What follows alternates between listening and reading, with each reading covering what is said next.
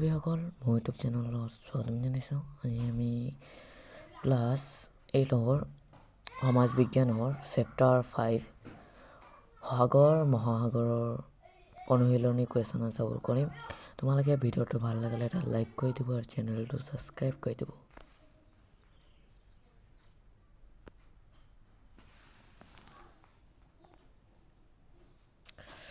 এক নম্বৰ, তলৰ প্ৰশ্নবোৰৰ উত্তৰ লিখা। ক নম্বৰ, মহাসাগৰীয় সোঁতৰ সৃষ্টিৰ কাৰণবোৰ কি কি? উত্তৰ, পৃথিৱীৰ আৱৰ্তন গতি, নিয়ত, বতাহ, পানীৰ উষ্ণতা, লৱণতা আৰু চাপৰ তাৰতম্য, উপকূলীয় ৰেখাৰ আকাৰ আদিয়ে মহাসাগৰীয় সোঁতৰ সৃষ্টি কৰে। খ নম্বৰ, গৰম পানীৰ সোঁত বুলিলে কি বুজায়? উত্তৰ, শীতপ্ৰধান অঞ্চলৰ পানী চেঁচা হৈ সংকুচিত আৰু গধুৰ হয়। সেইবাবে উষ্ণমণ্ডলৰ পৰা গৰম আৰু পাতল সমুদ্ৰজল ওপৰে পৃষ্ঠপ্ৰবাহ ৰূপে শীতমণ্ডললৈ প্ৰবাহিত হয়। এয়াই হ'ল গৰম পানীৰ সোঁত। গ নম্বৰ, সাগৰীয় জীৱবোৰ কেইপ্ৰকাৰৰ? কিহৰ ভিত্তিত এইবোৰক শ্ৰেণীভুক্ত কৰা হৈছে? উত্তৰ, সাগৰীয় জীৱবোৰ 3 প্ৰকাৰৰ আৰু সেইবোৰ হৈছে প্লেংকটন বা প্লৱক, বেন্থছ আৰু নেক্টন। লৰচৰ কৰাৰ ধৰণ আৰু বসতিস্থলৰ ওপৰত ভিত্তি কৰি সাগৰীয় জীৱবোৰক শ্ৰেণীভুক্ত কৰা হৈছে। ঘ নম্বৰ, সাগৰৰ কেনেকুৱা অঞ্চলত সাধাৰণতে মৎস্যক্ষেত্ৰ গঢ়ি উঠে? উত্তৰ, সাগৰৰ যি অঞ্চলত প্লৱক বা প্লেংকটন উদ্ভিদ যথেষ্ট পৰিমাণে পোৱা যায় তাতে মৎস্যক্ষেত্ৰ গঢ়ি উঠে। 2 নম্বৰ, কাৰণ দেখুওৱা। ক নম্বৰ, নাটনি জোৱাৰ বাসন্তী জোৱাৰ সমান শক্তিশালী নহয়। উত্তৰ, পূৰ্ণিমা আৰু অমাৱস্যাৰ দিন চন্দ্ৰ, পৃথিৱী আৰু সূৰ্য প্ৰায় একেডাল ৰেখাত পৰে। এই দুদিনত চন্দ্ৰ আৰু সূৰ্য উভয়ৰে আকৰ্ষণত বাসন্তী জোৱাৰৰ ঢৌ বেছি ওপৰলৈ উঠে, ফলত ই শক্তিশালী হৈ পৰে। খ নম্বৰ, আজিকালি পৃথিৱীৰ সকলো ঠাইতে সাগৰীয় মাছ কিনিবলৈ পোৱা যায়। উত্তৰ, সাগৰীয় মাছৰ চাহিদা পৃথিৱীৰ সকলো স্থানত আছে।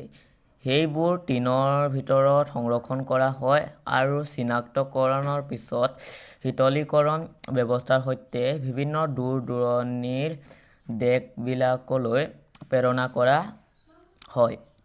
গতিকে আজিকালি পৃথিৱীৰ সকলো ঠাইতে সাগৰীয় মাছ ক্ৰয় কৰিবলৈ উপলব্ধ। গ নম্বৰ, জাপানত সঘনাই ছুনামি হয়। উত্তৰ, জাপানত দেশখন প্ৰশান্ত মহাসাগৰীয় আগ্নেয় বলয়ত অৱস্থিত।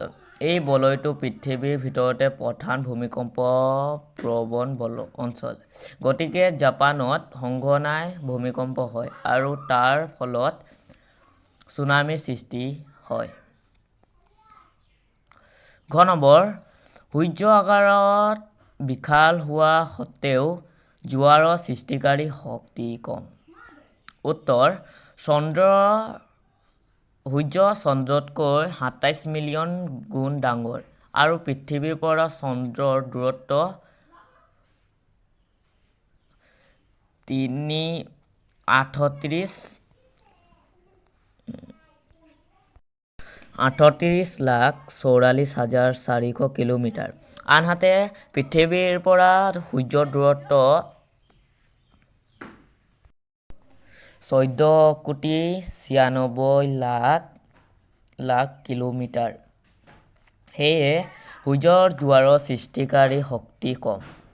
ঙ নম্বৰ, বৈদেশিক বাণিজ্যৰ বাবে জাহাজ পৰিবহণ ব্যৱস্থাটো উৎকৃষ্ট। উত্তৰ, বিদেশিক বাণিজ্যৰ ক্ষেত্ৰত জাহাজ পৰিবহণেই নিৰ্ভৰযোগ্য ব্যৱস্থা। চাৰিওপিনে মুক্ত আৰু সমানভাৱে জলপথৰ ক্ষেত্ৰত থকা কিছুমান বাধা জলপথত নাথাকে। 3 নম্বৰ শুদ্ধ উত্তৰটো ৰাইট চিন দিয়া। 1 নম্বৰ সাধাৰণতে শীতল পানীত সোঁতৰ উৎপত্তি হয়। অপশ্যন দি আছে ক মেৰু অঞ্চলত, খ নিৰক্ষীয় অঞ্চলত, গ এটাও নহয়। ইয়াৰ উত্তৰ হৈছে মেৰু অঞ্চলত। অপশ্যন ক। 2 নম্বৰ দিনটোত দুৱাৰ সাগৰৰ পানীত উঠা নমা কৰাকে। অপশ্যন ক সাগৰীয় সোঁত, খ জোৱাৰৰ ভাটা, গ ঢৌ বোলে। উত্তৰ জোৱাৰ ভাটা বোলে। অপশ্যন খ। 3 নম্বৰ চুনামি শব্দৰ অৰ্থ হ'ল। অপশ্যন দি আছে ভূমিকম্প, সাগৰৰ ঢৌ আৰু পোটাশ্ৰয়ৰ ঢৌ। ইয়াৰ উত্তৰ হৈছে পোটাশ্ৰয়ৰ ঢৌ। অপশ্যন গ। 4 নম্বৰ সাঁতুৰিব পৰা সাগৰীয় প্ৰাণীবোৰ। অপশ্যন নেক্টন, বেন্থছ আৰু প্লেংকটন শ্ৰেণীৰ। ইয়াৰ উত্তৰ হৈছে বেন্থছ। অপশ্যন খ। 4 নম্বৰ সোঁফালৰ লগত বাওঁফাল মিলোৱা। ক এইটো প্ৰশ্ন হয়, মই উত্তৰ কৈ দিছোঁ। উত্তৰ ক ডায়েটম হ'লে গ লগত মিলিব, এবিধ উদ্ভিদ প্লেংকটন। খ নিৰক্ষীয় অঞ্চলত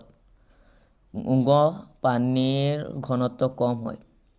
আৰু গ সাধাৰণ নিমখ মহাসাগৰৰ পানীত দ্ৰৱীভূত হৈ থাকে।